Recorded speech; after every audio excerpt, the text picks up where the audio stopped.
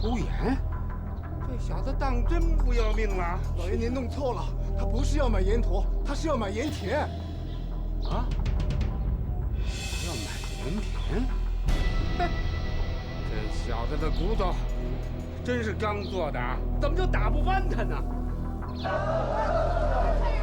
哎，别动了，走。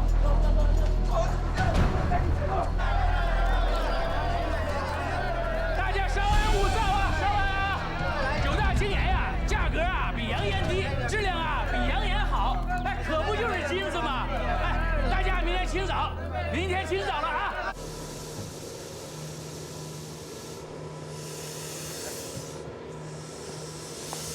啊，你最近啊，带头卖盐田要小心，我是担心那些盐井和盐坝会找你麻烦。他们啊，都找过几十年的麻烦。说的也是，不过小心不为过。哎，还有，我前几天和李先生到海边散步，看到芦苇荡里有一群人鬼鬼祟祟的绕往船上搬什么。我昨天又去了，看到他们还在。我是担心他们会对我们厂做不利于我们的事情。这样吧，等空的时候叫上王子良去看一看。行，这事您放心，交给我。谢啊。小杨哥，啊，这点原盐呢，烧一锅就没了。一锅也是咱自己的，没了就歇工吧，还能咋样？走。范先找我们。请走。这是咱们9大的工人领工资时候的花名册，你们看。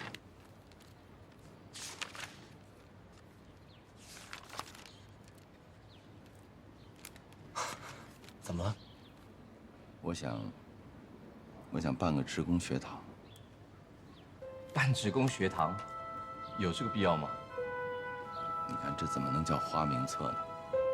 除了手印儿，根本没有几个工人会写自己的名字。领了工资之后呢，喝的、赌的，又打架的、偷懒的，要开民职啊，非得学理不可，也不用太大的学问，像《三字经》族语，要让他们知礼仪、讲义气、重诚信、尽孝道，知道感恩，懂得付出。徐东，其实你说的一点都没错。这无论是国家或是企业，要做大、做强、做长远，是非开民职不可。不过眼前千头万绪，咱们做事情也得讲个轻重缓急吧。是啊，徐东，书中说的有道理。咱们现在惨淡经营，如履薄冰的，现在这个时候办职工学堂，不是时候吧？可什么时候才是时候？非得等有了钱才能够发善心吗？就像那些土财主一样。我想这件事啊，不再做多大，关键是看能够坚持多久。咱们先能做多少做多少。腾出1间房子也就够了，也不用花几个钱，连教师都不用请，咱们轮流来教。我们都是书生之家，绝没有发财之念。既然是书生经商，我们就把书生义气做到底。好吧，既然你执意而为，那我们只有奉陪了。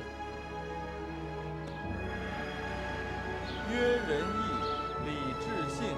9大只是暂时缓解危机，范旭东就执意要去办学堂。虽然他的心是好的，可是这样的态度直接刺激到了自尊心极强的伊书中。在他看来，这是强势，这是一意孤行。只是这个时候，他们还没有意识到，这隐隐的不满正在升温发酵。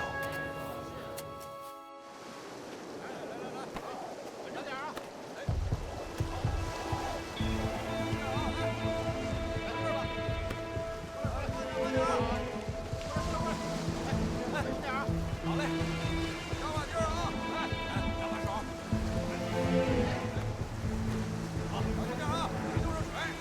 20户施工摊，李少棠一家就占了一半。马老板说，杀鸡给猴看，要不要把李少棠给那个？不许这么干！不杀鸡儆猴，往后越来越多了，照户跟着笑怎么办？我说过多少次了，不管是天理、公理还是歪理，做任何事情都要让人无话可说。九大的盐田只有10公摊，8大的盐田翻不了天。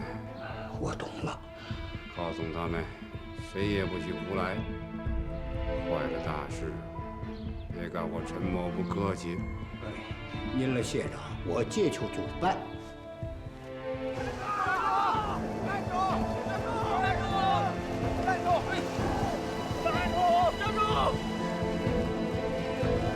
既然都看见了，抓不住活的就毙了。对。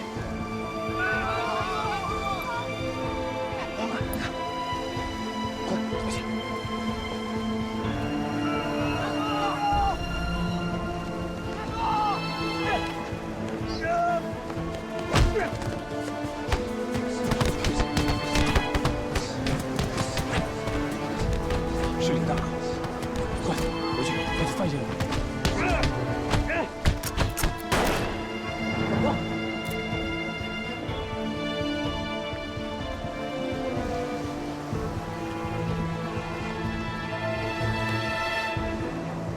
少棠，少棠，你醒醒，少棠！告诉范先生，粗盐在船上。少棠，少棠！这是谁干的？啊？谁干的？我说过了，范喜东现在已经是死路了，干什么还要授之以柄啊？啊！陈老板，开始我们是有这心思，可打您嘱咐了，我们就收手了。是，对着严祖龙王发誓，这绝对不是我们干的，否则天打雷劈，不得好死。陈老板，这事儿别说不是我们干的，就算是他范喜东又能怎么样？又能怎么样？哼！别以为你们口袋里有钱就是天下最大了。这难道仅仅是杀一个造户的事情吗？啊！退一万步讲，就是再改朝换代，这也是人命官司。更何况，九大的股东还有杨度，还有梁启超，还有冯一祥啊！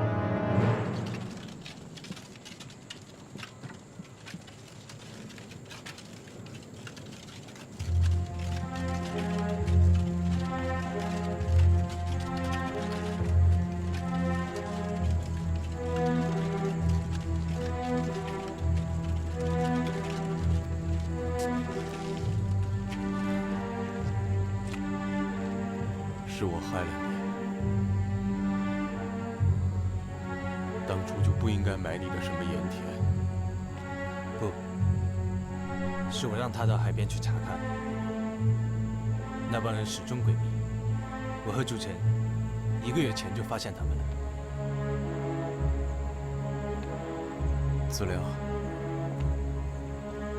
我听你说少棠临死前让你告诉我怎么粗盐是吗？他说告诉范先生，粗盐在船上。粗盐在船上，当时是有当兵的在追他吗？难道是军队在走私？陈立信不会犯私盐，更不会犯粗盐。秦耀不会，他有把柄在我们手上，不敢铤而走险。究竟是谁呢？除了那帮盐霸，还会有谁？子良，子良，小毛，跟上去，别让他冲动啊！其他盐上的伙计，我也暗中花钱问了，真不是他们干的。惊鸿帮呢？也问了，赵五爷拍着胸口跟我发誓的说，绝无此事啊。这就怪了，会是谁呢？老爷，要我看，管他呢，反正不是咱们干的，操这副心干嘛？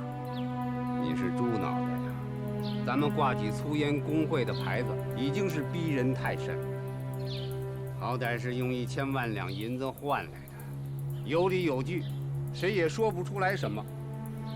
可现在呢，无缘无故的杀了9大的人，要是真是我们的人干的，范旭东一篇文章递到报社，立时就能赚个举国同情，我们呢，也就成了众矢之的了。9大的股东要是再联名上书，袁大总统凭什么帮咱们顶这个雷呀？这不是给他范旭东翻盘的机会吗？我真糊涂啊！再去查，会不会是燕公所的人干的？他们有枪。不会，秦耀有把柄在我们手上，他不敢这么干。另外，有2个造户想要退约，收回盐田。退就退吧，这样强撑着，双方心里都不踏实。再说，当初咱们答应过人家。那我们就彻底停工。现在最重要的是把这个事情查得水落石出。徐董，这水至清则无鱼，这件事情查清楚了，对我们来说是没有半点的好处。这买盐田本来就是权宜之计，不得已而为之，所以退了就退了。眼下我们最重要的是不能放过秦耀，我们现在是有他的把柄在，所以不管李少堂是不是他杀的，他自己都难以洗他自己，我们又何必替他洗刷清白呢？我认为啊，现在最重要的去找他谈判，逼他帮我们解决原盐的问题。人命关天的事情，也能当买卖去谈。这查清楚，又于事何补？他们随随便便花钱找个替死鬼，这对他们来说是易如反掌的事。这到头来，我们会憋得一肚子的窝囊气。结果呢，9大关门歇业，真凶逍遥法外，这难道是大家所想看到的局面吗？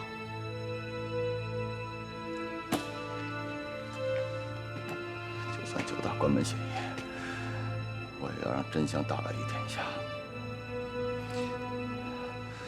我要写文章到《申报》去发表，让全国的民众都知道这些盐商有多霸道。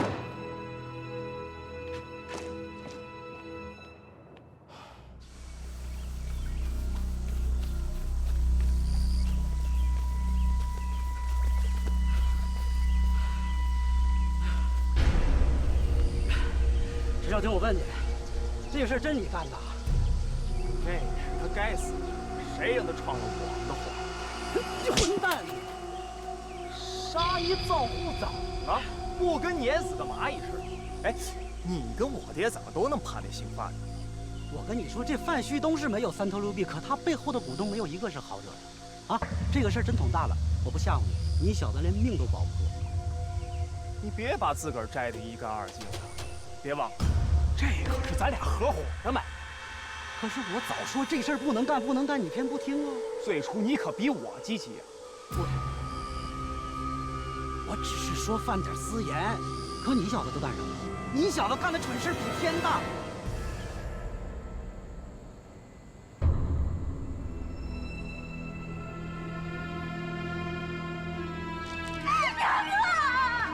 雅芝，你就这么把我给扔下，我就剩你一个亲。大帅常务师大严仓前来计留，你们还敢来计留？快点！我要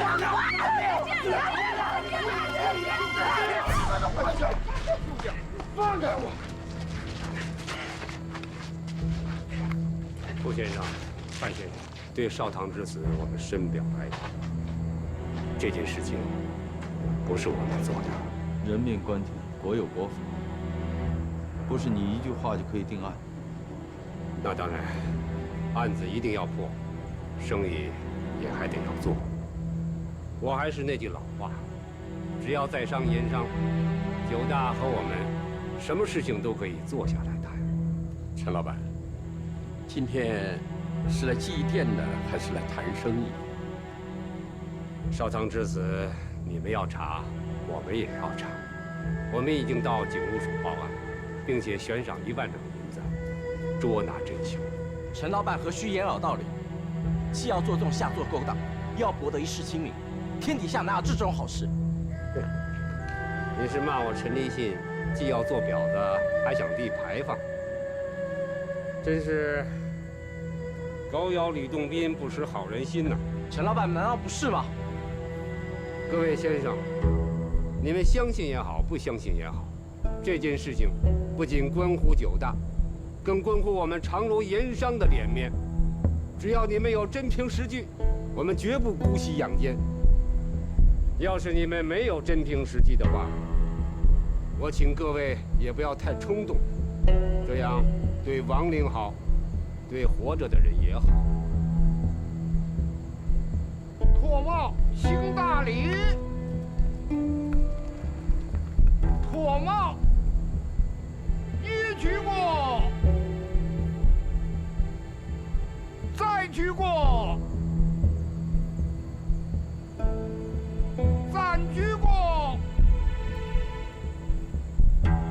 大礼完毕。严公所知法犯犯禁私盐，这已经是死罪了。再加些个鸦片和军火，哎，你又能死几回？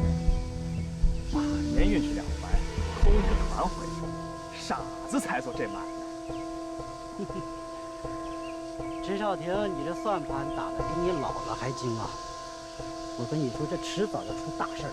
少给我来这马后炮，大事儿小事儿都得你我兜着，咱俩是一根绳上的蚂蚱。哎，行了。这范旭东不闹也就罢了，如果他真要闹下去，让你爹出面跟他谈去。谈什么？这不明摆着吗？范旭东要的是粗盐，你给他不就完了吗？我爹要知道我干这买卖，用不着政府拿人，他直接拿枪崩了我。啊，你爹不知道，那你哪来的粗盐啊？家里盐仓都堆成山了，少个1000把担，那算个屁呀！陈少廷，你是说你偷你爹的盐？偷？什么叫偷？将来这家产早晚不都是我的？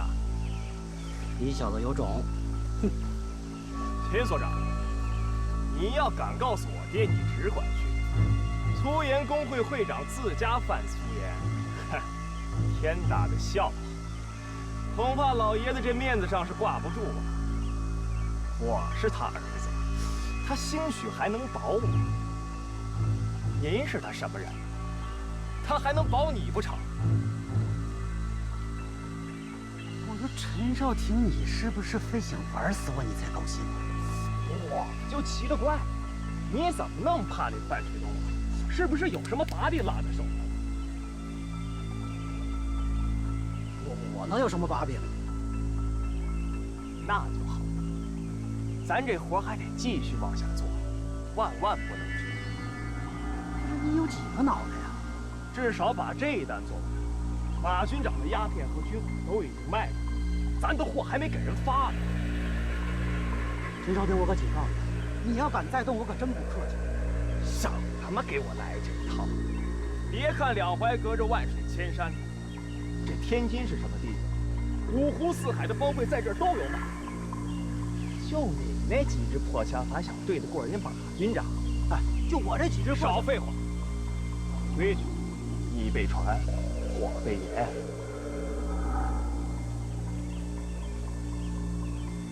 迟早要出大事。我有把柄，我能有什么把柄？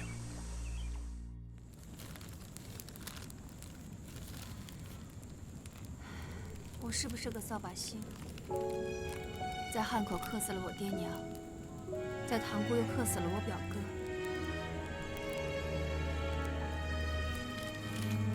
我当初就不应该买他的盐田，要不少棠兄弟死不了。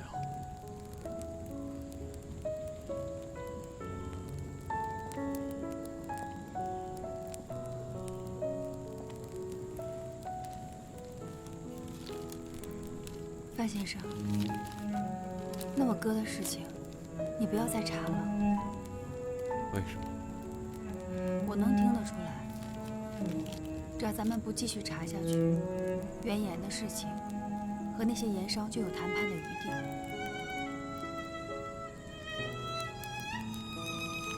2年前，我刚来做实验的时候，我跟你们说，今后我要让你们吃好、喝好、住好。你现在跟着我，连命都活不了。如果我现在再拿这个事儿去谈买卖，我岂不是连欺负你们的那些盐霸都保不了？这件事一定要查清楚，否则少棠不能下葬，要不得死不瞑目。范先生，雅芝，你别说了，来，我会像少棠那样对你，今后我就是你的哥哥。范先生，九大出了这么大的事，本就想来陪伴的范母和许父更是待不住了。既然范旭东没有精力去陪伴他的家，就让他的家来陪他吧。我托我同学帮忙找的。雅芝出了这个事儿，妈跟我一商量啊，想搬过来跟你一起住。那个，这到底是租的还是买的？买的，还差几百块钱呢。不过啊，人家那卖家一听说你是大经理，哎，痛痛快快的就把那房契转过来了。我们还欠了个欠条。我觉得，要不咱们还是把这个房子退了吧？退了啊？那你让我跟你媳妇儿上塘沽，挤到工人宿舍去，想得出。可是这你们都知道的，股东没有分红，我也一直没有领薪俸。听见了？都说养儿防老，这俩孩子没有一个能指望得上的，真是。指望得上？妈，你就别为难旭东了。旭东，妈呀，把北京的老房子给卖了，这俩是暂时租的，等你塘沽方便了，我们再一起过去。吓唬我！你怎么回事？哎，这不是我的书，我刚才找半天了，这个书。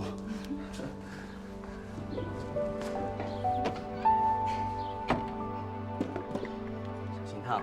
谢谢。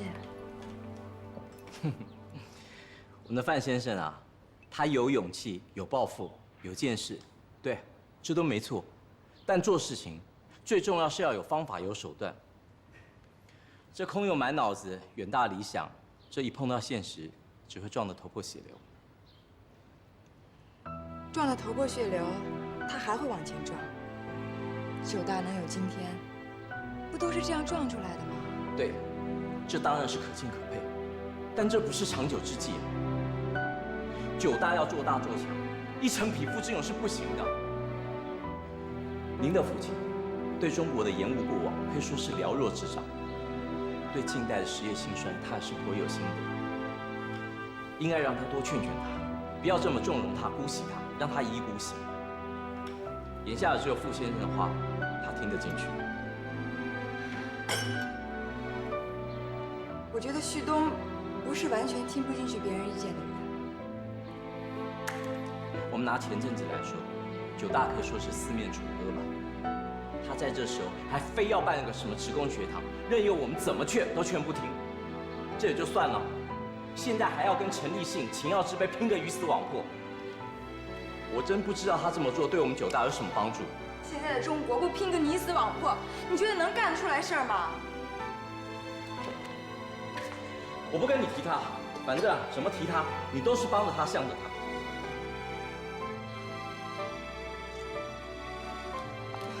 我真的没有帮着他，向着他。你说，你不帮他，我不帮他，还有谁能帮得了他呢？对啊，我们应该帮他，可是帮他要帮他学清醒。这9大事业才在起步萌芽阶段，经不起他这么来回折腾的。老同学，我觉着你已经爱上9大了。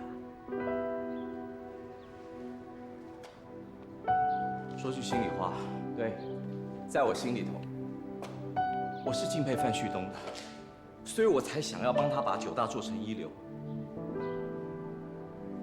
这当年，我一个人漂洋过海，去啃这个硬面包，这为的是什么？为的就想学点真本事回来报效国家。是范先生跟9大给我这个机会，所以我才会万分的珍惜。9大。我真希望他跟他的名字一样，能够做得又久又大。书中你变了，你变得更真实了。应该说，你变得更让人感觉到亲近了。我们一起帮着旭东做成他想做的大事业，好吗？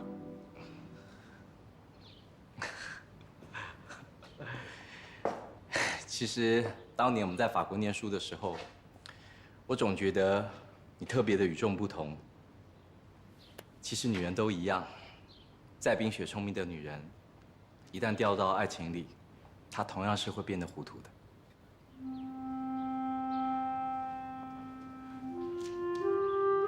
你怎么这么说呀？你别否认，其实我一进9大，我就看出来了，你喜欢他，你爱他。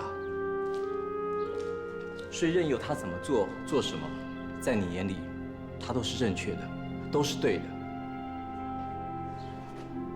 可是有件事，我真的很想知道，就是在你眼里，我和他有什么不同？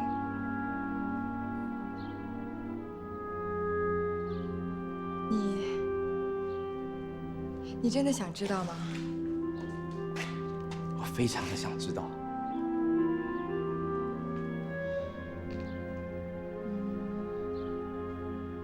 你跟他都有理想，都有抱负，但是他的脚踩在地上，你却飞在天上。不管是飞在天上，还是脚踩在地上，这事情要做成才是最重要的。套我们家农民的一句话：“出水啊，才见两腿泥。”不管我跟范先生意见有多分歧，都不会改变我对9大的初衷。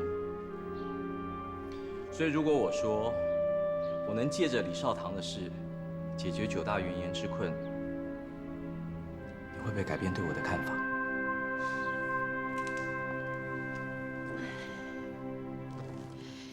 有什么想法你就说出来。感情和工作，我们不要搅和着一起说。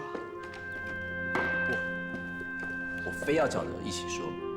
如果弄来原言，别的我不说，我要你陪我到天津晚上1天。净说点孩子话。子英，有一天我一定会证明给你看，这飞在天上的人才能高瞻远瞩，才能做成大事。飞在天上的，就怕有一天会掉下来。傅子英对范旭东的爱和支持，在遗书中的心里是一种盲目。此时，深深的不甘充斥了他的内心。我这一次来啊，既是为了李少棠的伤势，也是为了掩人耳目，取道南下。你真要走啊？这个教育总长你不干了？嗯，而且1年半载恐怕回不来。啊，这事儿啊，我没有跟任何人说，你也不要声张。袁世凯悍然做了皇帝，这个政府的官，我是不会再当的。眼下，梁先生在南方组织革命党，准备起事反袁，我得过去帮他。旭东啊，你来为民众谋福祉，我来给中国开民智。你在塘沽珠海，我将来也要在天津办大学。范氏兄弟，总是要做点事情的嘛。15年前那个范元莲又回来了。我呀，也是对这个政府失望透顶了。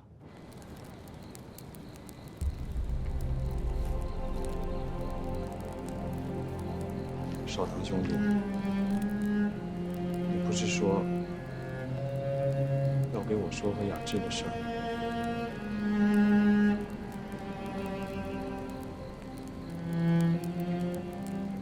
我妈给我留了这副镯子，让我将来给媳妇。我这聘礼都备好了，却走了。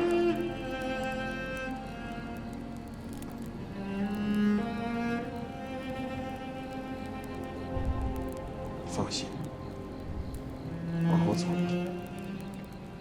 只要我活着，雅致吃不了亏。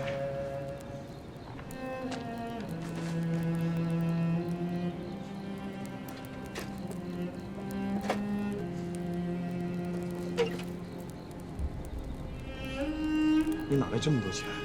从小攒的，别问了。当着少长哥的面，拿1块银两出来，要给雅致算我的心意。自己的钱要拿就拿，干嘛要我拿？绝不拿盒子里的钱发个毒誓的，拿了偏得长脓疮，不得好死。我是要攒着买盐田的。跟着范先生，不愁吃不愁穿的，你攒钱买盐田干什么？我们张家世世代代都没有盐田。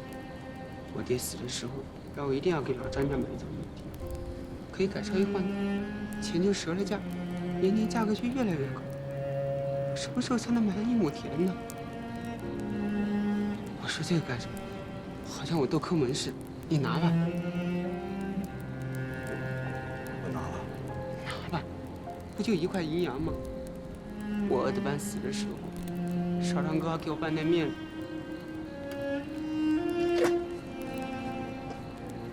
这钱你先拿着，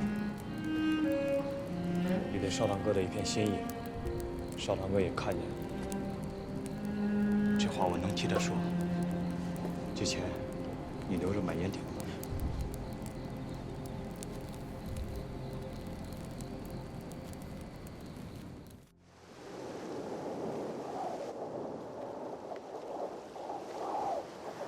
雅致找过我，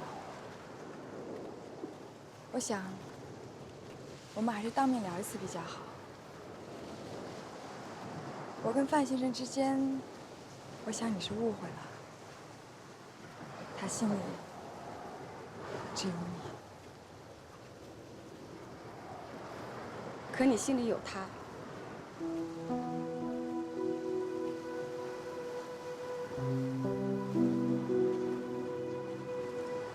在旭东实现自己事业梦想的道路上，有傅小姐陪伴左右，他是如虎添翼。我心中是万分的感激，而且非常的敬佩。你这么说不是让我无地自容吗？徐姐姐，我从小就是一个心里憋不住事儿的人。我承认，我心里的确有他，但是请你相信我，我什么都不会做的。我只是想帮他完成他心里的梦想，其他的念头都不会有。傅小姐，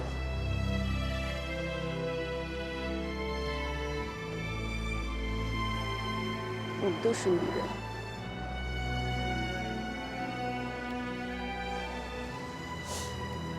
你的心我很明白，可是感情的事情不是你我可以操控的，顺其自然吧。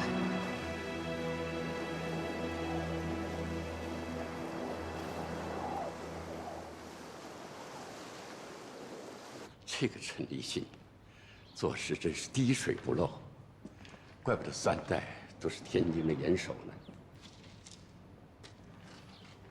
盐务署已经把批文修订了，盐田买卖要在当地的盐公所进行备案。李少棠买盐田在先，修改批文在后，那这个官司打到哪儿，咱们也不会输。眼下，光靠李少棠的10亩盐田，九大维持不了这么多的工人。我看，是不是辞退了部分员工？另外，李兄弟的后事办得体面一些，其他的事情呢，再做打算吧。旭东，哎，董事长，朱总留了张纸条，说他去搞原研了，让我们准备人员车辆，好搬运。他说去哪儿搞原研了？没有说。对，他昨天也跟我说过，能弄到原研。哎，易先生要真弄到原研，解燃眉之急，也是一件好事啊。哎呀，不是这么回事儿，我担心他到盐公所去找金耀了。我先把话说到这儿啊，我不管他怎么做，如果他拿少棠的死当买卖去谈，我绝不会答应。这李少棠是归李少棠事，秦所长是归秦所长的事，这是2件事，咱们不要搅在一起谈。这李少棠虽属盐籍，但是却死在海边。这盐公署该管，但是警务署更该管。至于是谁下的毒手，我们九大自然会查个水落石出。秦所长既无关系，尽可坐山观虎斗哦。但是我们九大现在缺原研了，您就不可以袖手旁观。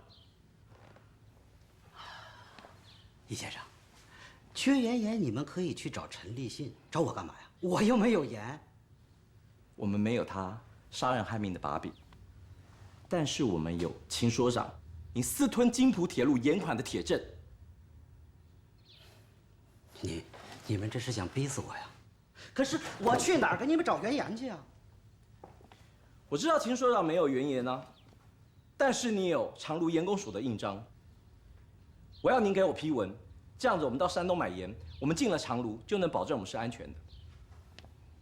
你们安全了是吧？我呢？我就成了私盐犯。秦所长，请你搞清楚一点，我今天是来帮你的，我不是来求你的。傅先傅小姐都是盐务署的人，他们今天到后天就走，你有1天的时间考虑。等等，你们要多少？不少于800担。买盐你们用不着去山东，明天晚上我给你们。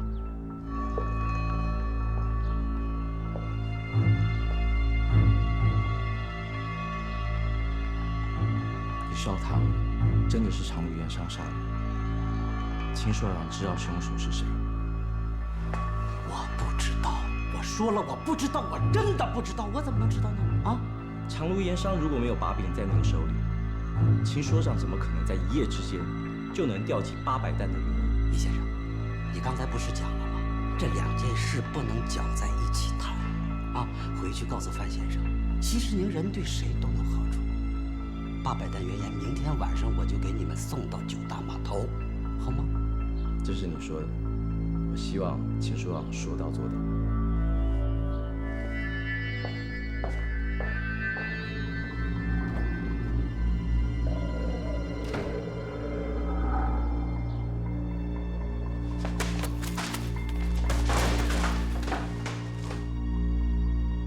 这不就结了？你要是怕，这就是咱最后一单。这还真不是最后一单。好，果然英雄所见略同啊！我就说嘛，谁都不会嫌银子多。老实告诉你，我还真没打算停手。好歹兄弟一场，我也跟你说句实话，这批货不是运往两淮的。你什么意思啊？我没什么意思，这批货我可以给你钱。你把我货运哪儿了？马军长那边我怎么交代？你们陈家有的是粗盐，再运一次不就结了吗？定好什么时间运，告诉我。我睁一眼闭一眼把兄弟调开，这算是帮你。至于咱们兄弟俩，以后各走各的路。这是银票。行，有你的。你害我！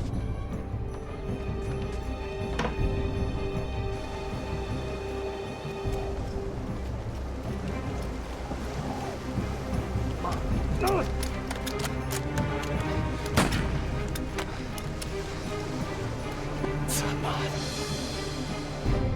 一夜之间，九大怎么会多出这么多粗盐来呀？谁说不是啊？